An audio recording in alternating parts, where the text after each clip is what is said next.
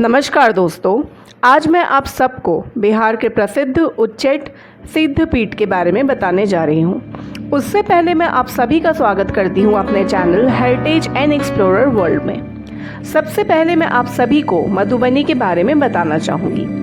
मधुबनी अपनी पेंटिंग और मधुर भाषा यानी मिथिला और मैथिल के लिए दुनिया भर में प्रसिद्ध है। यहाँ का रेलवे स्टेशन दुनिया का सबसे बड़ा खुला प्रदर्शनी है, जहाँ की दीवारों पर पेंटिंग ही पेंटिंग आपको देखने को मिलती है। इतिहास के पन्नों को खंगालते हुए आपको प्राचीन मिथिला क्षेत्र के मधुबनी में कई ऐतिहासिक महत्व वाले जगहों का पता चलता है, जिनमें उच्चैठ का अपना खास जगह है। मिथिला कभी ज्ञान अनुसंधान का केंद्र था, जहाँ ऋषि मुनि तप किया करते थे।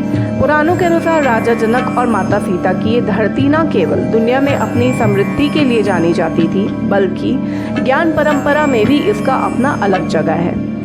ऐसे ही एक विद्या केंद्र से जुड़ी जगह के पास छिन्नमस्तिका माँ दुर्गा का मंदिर हुआ करता था। कहा जाता है कि संस्कृत के महान कवि कालिदास इसी विद्या केंद्र में नौकर का काम करते थे। उन दिनों वे परम मूर्ख हुआ करते थे। हम सब ने उनके बारे में अपनी पाठ्य पुस्तकों में पढ़ी ही है। उनके लिए दिलचस्प बात है कि वे जिस डाली पर बैठे थे उसी को काट रहे थे। ऐसा निपट ज्ञानी को उच्चैठ स्थित भगवती के आशीर्वाद से ही परम ज्ञान की प्राप्ति हुई और वे आगे चलकर संस्कृत के ऐसे विद्वान हुए जिनको दुनिया में आज भी लोहा मानती है। कहा जाता है कि अपने हिमालय की यात्रा के दौरान राजधानी जनकपुर जाते हुए कई पौराणिक महर्षि उच्चैठ होकर गुजर चुके हैं। इनमें भगवान राम सहित महर्षि कपिल, कनाद, गौतम, जैमिनी, पुंडरीक, लोमस सहित कई ऋषि शामिल हैं। जिला के बेनीपट्टी अनुमंडल से 5 किलोमीटर पर मौजूद उच्चैठ थुम्हानी नदी के किनारे है, जहाँ 51 शक्तिपीठों में शामिल भगवती विराजमान है।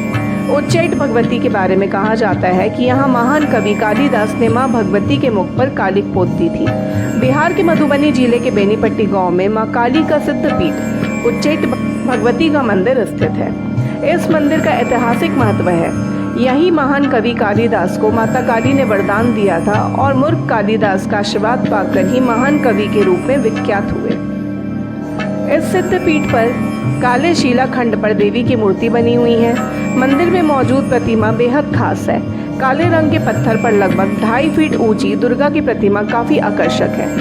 प्रतिमा में भगवती शंख, चक्र, गदा, कमल ली हुई है और पैरों के पास मछली उकेरा गया है।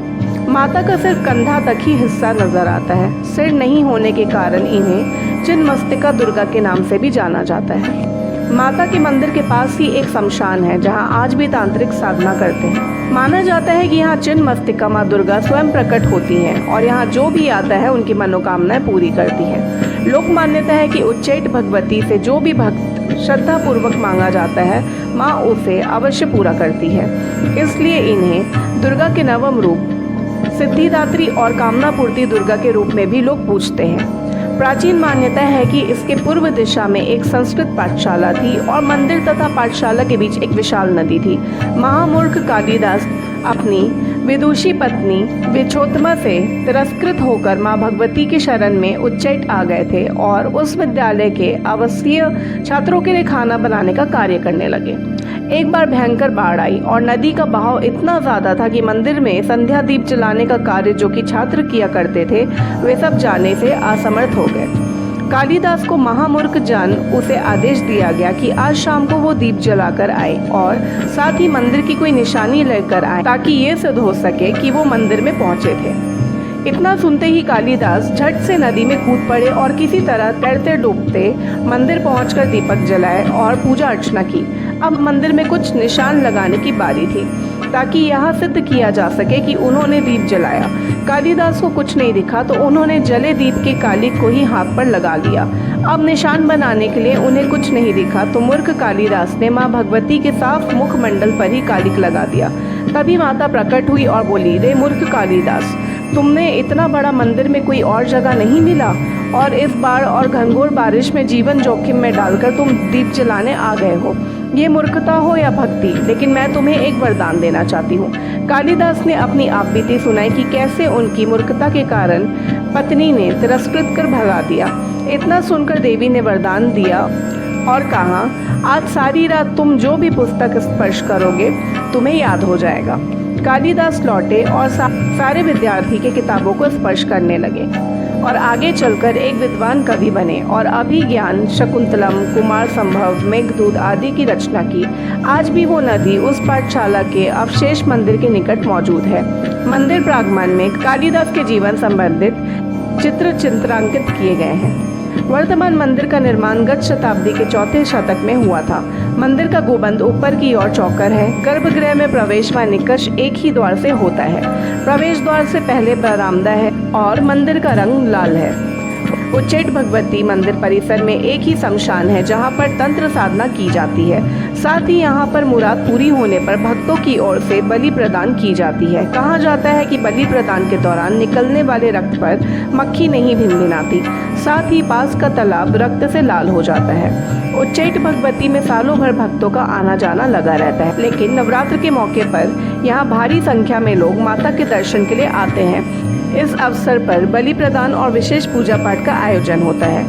सर्दी नवरात्र में चुनरी चढ़ाने को भीड़ लगी रहती है। भक्तों की भारी भीड़ को देखते हुए दर्शन की विशेष व्यवस्था की जाती है। उच्चैठ दुर्गा स्थान को शक्तिपीठों में गिना जाता है, लिहाजा यहाँ तांत्रिक सिद्धियों के लिए भी आते हैं। मंदिर के पास जो तालाब है उसके आसपास कभी शमशान हुआ करता था।